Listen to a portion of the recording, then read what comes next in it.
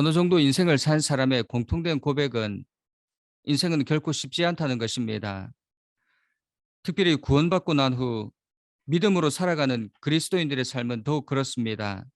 우리가 예배만 드리고 교회를 나와 세상 사람들처럼 하루하루 살아간다면 모르지만 제대로 믿음 생활을 하려면 이 삶은 결코 쉽지 않음을 깨닫게 될 것입니다. 그래서 존 번연이 이것을 깨닫고 철로 역정을 쓴 것입니다.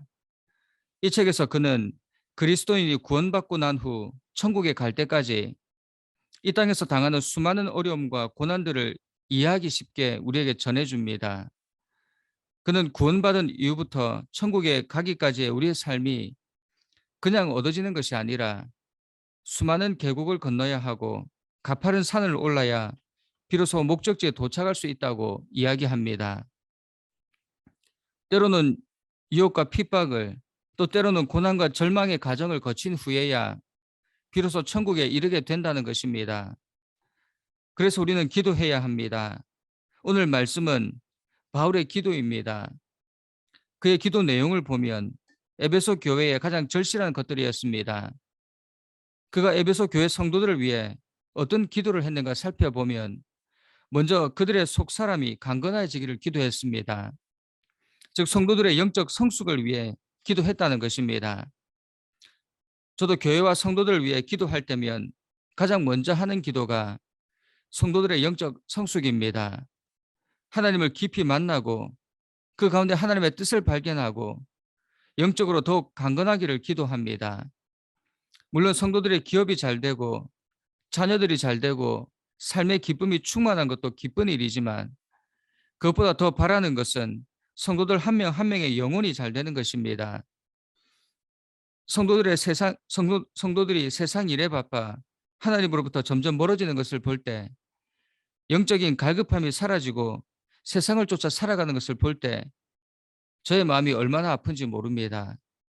그래서 저는 무엇보다 하나님께서 산정형교회 성도들의 삶을 붙들어 주시기를, 영적으로 강건케 하시기를 기도하고 있습니다. 오늘 바울이 그런 목회자의 심정으로 기도하지 않았나 생각합니다. 16절에서 19절은 바로 그런 마음을 담은 성도를 위한 바울의 기도 내용입니다. 그중 16절은 첫 번째 기도 내용입니다. 여기서 바울은 에베소 교회의 성도들의 속사람이 강건하여지기를 기도했습니다. 이 말씀을 통해 사람에게 두 가지 면, 즉 속사람과 겉사람이 있다는 사실을 알게 됩니다. 그렇다면 겉사람은 어떤 사람입니까? 아담의 혈통을 이어받아 타락하고 부패한 우리의 육신적인 몸을 말하는 것입니다. 오늘날 사람들의 최대 관심사는 육신에 있습니다. 육신의 건강을 위해서라면 아무리 고가의 음식이라도 사서 먹습니다. 건강 세미나에도 수많은 사람들이 모입니다. 그런데 우리의 문제는 육신이 약해서가 아니라 너무, 너무 건강해서 발생하게 됩니다. 타락한 인간은 육신을 음란과 쾌락에 사용한다는 것입니다. 우리가 그 사람에는 이렇게 신경을 쓰고 관리를 하지만 정작 속 사람을 위해서는 얼마나 노력하고 있는가? 우리가 진정 건강하기를 힘써야 할 것은 겉사람이 아니라 속사람입니다. 의학계 연구에 따르면 음식과 운동이 우리 건강에 미치는 영향은 25%라고 이야기합니다. 그렇다면 우리의 건강을 좌우하는 나머지 75%는 무엇일까요? 그것은 우리의 마음입니다. 속사람을 이야기하는 것입니다.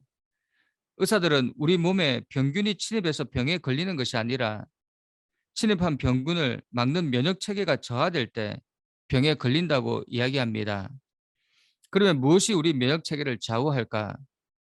우리 면역 체계를 저하시키는 요인에는 세 가지가 있습니다. 외부 충격과 외로움, 그리고 상실감. 이 세 가지는 모두 속사람과 관련된 것입니다. 우리 속사람이 약해질 때 우리 건강에도 이상이 생긴다는 것입니다. 그렇다면 속사람은 어떤 사람인가? 영적인 사람, 영적인 일에 힘쓰는 자아를 말하는 것입니다. 우리는 대다수가 성인이 되어 중생을 체험합니다.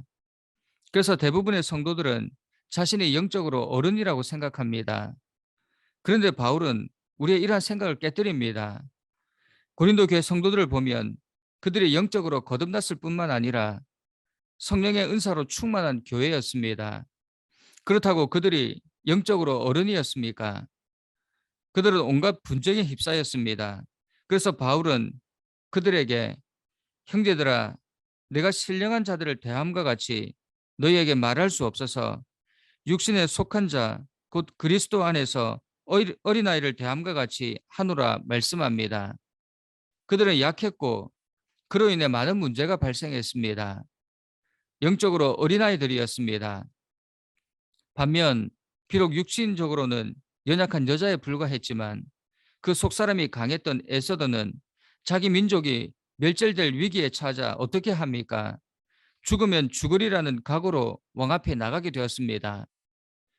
우리 속사람이 강건할 때 신앙적으로 어려운 유혹에도 흔들리지 않습니다. 여러분은 어떻습니까? 겉으로는 어른 같고 성령의 은사도 충만한 것 같은데 오히려 문제를 야기하는 영적인 나약함에 빠져 있지는 않습니까? 에서도와 같이 우리 공동체가 성도들이 어려움에 처할 때 죽으면 죽으리라는 각오로 담대하게 나갈 수 있는 믿음이 우리에게 있습니까? 우리는 어떻게 속사람이 강건해질 수 있습니까? 16절을 보면 성령으로 말미암아 가능하다 말씀합니다. 오직 성령의 능력만이 속사람을 강건하게 할 수 있습니다. 갈증이 심할 때 시원한 물 한 컵이 몸에 얼마나 큰 생기를 가져다 줍니까? 우리 영혼도 마찬가지입니다. 우리 영혼의 생기와 생명력을 불어넣는 것, 속사람을 강건하게 하는 것은 다름 아닌 성령의 능력입니다. 우리가 성령이 충만할 때 우리 속사람은 강건해집니다. 그렇다면 우리는 언제 성령이 충만해집니까? 고난과 어려움 너머에 있는 하나님의 영광의 풍성함을 바라볼 때 충만해집니다. 우리가 이 땅에 사는 동안 하나님의 풍성함을 보아야 합니다. 때로 하나님은 우리 인생의 좋은 일뿐만 아니라 고난과 어려움도 허락하십니다.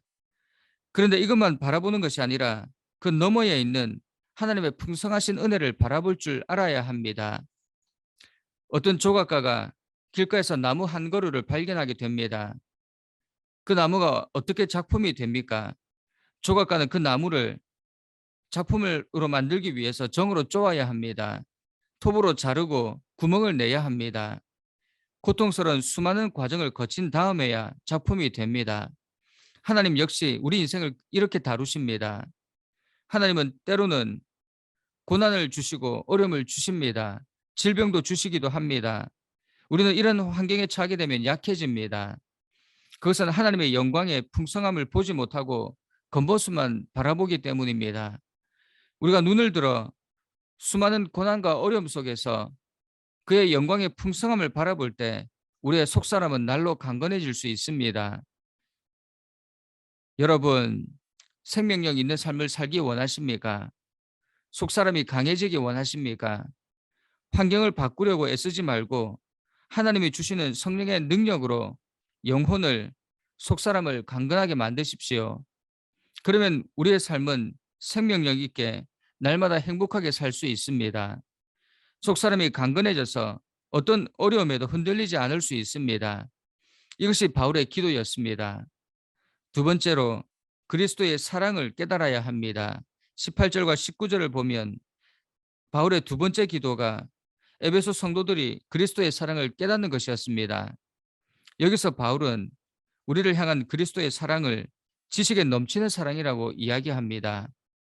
이 말은 그리스도의 사랑이 인간의 지식으로는 도저히 알 수 없는 초월적 사랑이라는 의미입니다. 우리의 상상을 초월한 사랑. 우리 인간의 사랑은 어떻습니까?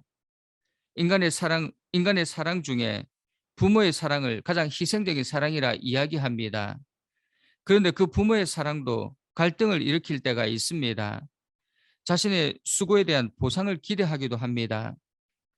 우리가 알고 있는 사랑은 그것이 아무리 훌륭한 것이라 해도 한계가 있습니다. 그런데 그리스도의 사랑은 우리의 개념으로 이해할 수 없는 초월적인 것입니다. 바울은 바로 이 그리스도의 사랑의 넓이와 길이와 높이와 깊이를 알기를 바라고 있습니다. 우리가 우리가 어떻게 이러한 그리스도의 사랑을 알 수 있는가? 주님의 은혜로 거듭났을 때, 새 사람이 되었을 때 비로소 우리는 이 사랑을 알 수 있습니다. 그렇다면 그 사랑의 넓이, 길이, 높이, 깊이는 어떤 것입니까? 넓이는 무엇을 의미하는 것입니까? 사도 요한은 계시록에서 각 나라와 족속과 백성과 방언에서 아무 아무라도 능히 셀 수 없는 큰 무리를 말하고 있습니다. 이들은 곧 그리스도의 사랑으로 구원받은 자들을 가리킵니다. 이 넓이에는 제한이 없습니다. 이것이 바로 그리스도의 사랑의 스펙트럼입니다. 길이는 영원한 사랑을 의미하는 것입니다. 변하지 않는 하나님의 사랑. 깊이는 예수님의 낮아짐에서 찾을 수 있습니다. 천한 인간의 몸으로 종의 형체를 입으셨습니다. 그리고 우리를 사랑하셔서 음부까지 낮아지셨습니다. 이것이 그리스도의 사랑의 깊이입니다. 마지막으로 높이를 알아야 합니다. 이 높이는 영광을 말하는 것입니다. 하늘의 하늘, 보좌가 있는 곳. 그리스도의 이 사랑이 왜 초월적인 사랑인지 아시겠습니까? 여러분, 우리는 이처럼 우리의 지식을 초월한 주님의 사랑을 받는 사람들입니다. 그러면 어떻게 해야 하겠습니까? 우리의 지식을 초월한 주님의 신적 사랑을 받은 우리는 주님에 대해 어떻게 반응해야 하겠습니까? 우리도 그와 같이 최선을 다해 주님을 섬기고 주님이 기뻐하시는 삶을 살기 위해 노력해야 할 것입니다. 주님을 위해 나를 드리며 주님의 뜻과 말씀에 순종하는 삶을 살아야 할 것입니다. 이것이 바로 바울의 기도였습니다. 속사람이 강건해지는 것, 그리스도의 사랑의 넓이와 길이와 높이와 그리고 깊이를 본받는 것. 그러면 우리는 영적으로 성숙한 성도들이 될 수 있습니다. 여러분, 우리 영적 성장과 성숙을 위해서 기도하는 성도들이 됩시다. 그리고 오늘 하루 우리에게 주신 시간 낭비하지 말고 기도함으로 사는 하루가 되기를 간절히 축원합니다. 함께 기도하겠습니다. 사랑하는 하나님, 바울의 기도처럼 우리도 이러한 기도를 드리기 원합니다. 무엇보다 영적으로 강건하기를 소원합니다. 겉사람이 잘 되는 것보다 속사람이 더욱 깊어지고 하나님을 만나기를 원합니다. 영혼이 잘 되는 축복이 우리에게 있게 하옵소서. 영혼이 잘 되고 속사람이 강건해지기 위해 우리에게 성령이 충만해야 함을 깨닫기 원합니다. 이것을 위해 날마다 기도하는 저희들 되게 하옵소서. 또한 그리스도의 사랑이 어떠한지 깨닫기 원합니다. 우리의 지식으로 감히 상상할 수 없는 주님의 사랑을 깨닫게 하옵소서. 이 사랑을 알기 위해 우리가 먼저 거듭나 새 사람이 되는 역사가 있게 하시고 이러한 사랑을 받은 자로서의 삶을 살기 원합니다. 오늘 하루 이 일을 위해 기도하는 하루 되게 하옵소서. 예수님의 이름으로 기도드립니다. 아멘.